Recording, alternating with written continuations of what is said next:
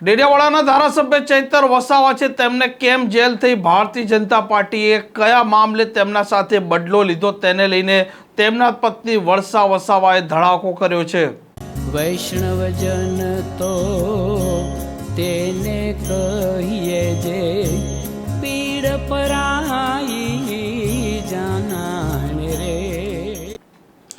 નમસ્કાર, આપ જોઈ રહ્યા છો નવજીવન ન્યૂઝ અને હું છું આપની સાથે તોફિક ગાંચી. નર્મદાની સેશન કોર્ટે ધારાસભ્ય ચૈતર વસાવા, તેમના પત્ની શકુંતલા વસાવા સહિત 9 લોકો છે તેમને વનકર્મીને મારવાના કેસમાં, હવાના ફાયરિંગ કરવાના કેસમાં અને ખંડણીના કેસમાં 7 વર્ષની સજા ફટકારી છે અને અત્યારે તે રાજપીપળાની જેલમાંથી વડોદરાની જે જેલ છે ત્યાં પહોંચી ચૂક્યા છે. અને જે પ્રકારે ધારાસભ્ય ચૈતર વસાવાને હવે સજા પડી છે, ત્યાં પછી તેમનું ધારાસભ્ય પદ છે તે જોખમાં છે તેવી અટકળો પણ વહેતી થઈ છે. અને જે પ્રકારે વીતેલા દિવસોમાં નર્મદા જિલ્લા પંચાયત ધારાસભ્ય ચૈતર વસાવાએ મહેનત કરી, આમ આદમી પાર્ટીએ મહેનત કરીને કબજે કરી તેનો બદલો લીધો છે. ભારતીય જનતા પાર્ટીએ આવા આરોપ લગાવ્યા છે તેમના પત્ની વર્ષા વસાવાએ.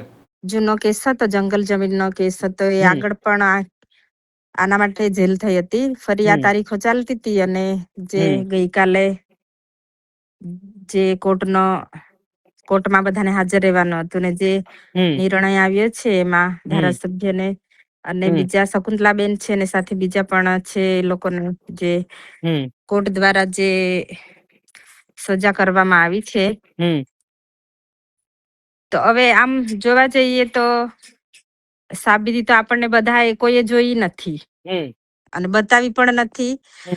પણ આમ હવે આ ભાજપની સરકાર છે એટલે એક ધારાસભ્યને બદનામ કરવા માટે આ એક કાવતરું છે. અને જે હાલમાં નર્મદા જિલ્લામાં જોવા જઈએ છે તો હાલમાં જે તાલુકા જિલ્લા પંચાયતમાં નર્મદા જિલ્લામાં અમારી સરકાર બની છે એટલે એ ભાજપથી જોવાતું નથી. આ પણ એક ષડયંત્ર છે. એટલે આજે 2027ની ચૂંટણીને ધ્યાને રાખીને આ કાવતરું રચ્યું છે. અમારા આદિવાસી વિસ્તારમાં તો લોકોને ખબર છે કે આ માણસને વારે ઘડીએ સરકાર હેરાન કરે છે, એ ખબર છે. અને જે આ તાલુકા જિલ્લા પંચાયતનું રિઝલ્ટ આવ્યું એ નર્મદા જિલ્લાનું, એટલે એ ભાજપની સરકારને જોવાતું નથી કે જો આવું ને આવું થશે તો 2027 આપણને 2027માં પણ આપણે આપણી આ જે બેઠકો છે એ પણ આપણે ગુમાવીશું, એ વધારે ધ્યાને રાખ્યું છે. એટલે હવે આ કેસમાં તો કઈ સાબિતી નથી અને આ કેસનું આટલું જલ્દી નિરાકરણ આવ્યું એટલે અમારા આદિવાસી લોકોમાં પણ ખૂબ નારાજગી છે. કેમ આવું વારે ઘડીએ થાય છે એવું લોકો પૂછે છે.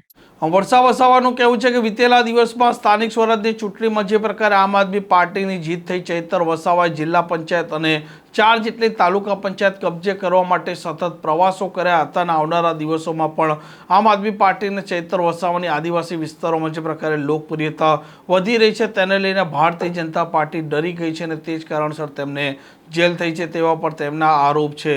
આ પ્રકારના સમાચાર માટે નવજીવન ન્યૂઝ ડે ચેનલ સાથે જોડાયેલા રહો. નમસ્કાર.